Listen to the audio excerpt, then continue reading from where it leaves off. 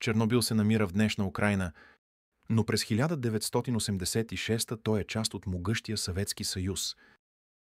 Припят. Град, създаден специално за работниците на атомната електроцентрала.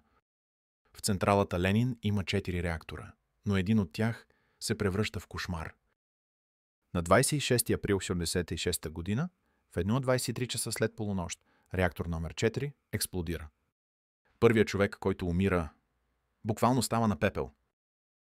Никой в Припят не подозира какво се случва. Животът продължава. Временно. Първите пожарникари се втурват към пожара. Мислят, че усещат топлина от огъня, но това не е топлина. Това е радиация. Парчета графит от ядрото, разпръснати по земята, толкова радиоактивни, че разтапят бутушите им. В болницата техните униформи още лежат под бетон, толкова заразени, че не могат да бъдат изхвърлени. Швеция първа засича радиацията. Няколко дни по-късно. Русия мълчи. Хората в Припят живеят 36 часа под облак радиация, без никакво предупреждение. Хеликоптери прелитат над реактора, изсипват бор, пясък и олово в отчаян опит да спрат разпространението на радиацията. На мястото цари хаос. Никой не знае какво да прави, но всички знаят, че няма връщане назад. Над 600 000 души са изпратени в зоната. Наричат ги ликвидатори. Много от тях не знаят, че са обречени.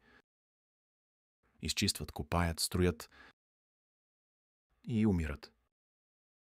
Боровете край реактора се превръщат в червено-оранжеви скелети. Мястото е наречено Червената гора. Толкова радиоактивна, че и днес не може да се стои там, дори с противогаз.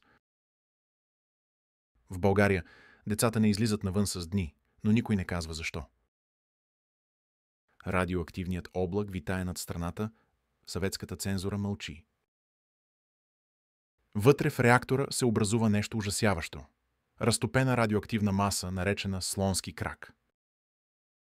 Дори една снимка от близко разстояние може да те убие. Инженер Валерий Легасов оповестява истината за аварията. Никой не го слуша. Той се самоубива 2 години по-късно, оставяйки касети с признания. След години някои възрастни хора се връщат в разрушените си домове и живеят там и до днес. Припят вече не е град, а призрачен музей. Радиацията от Чернобил е 400 пъти по-силна от тази в Хирошима. Последиците се усещат и до днес. На мястото е построен нов саркофаг, тежащ над 36 000 тона, но дали е достатъчен? Мнозина вярват, че една нова авария в Чернобил би унищожила цяла Европа. Чернобил не е просто катастрофа. Той е предупреждение за последствията от човешката алчност и глупост.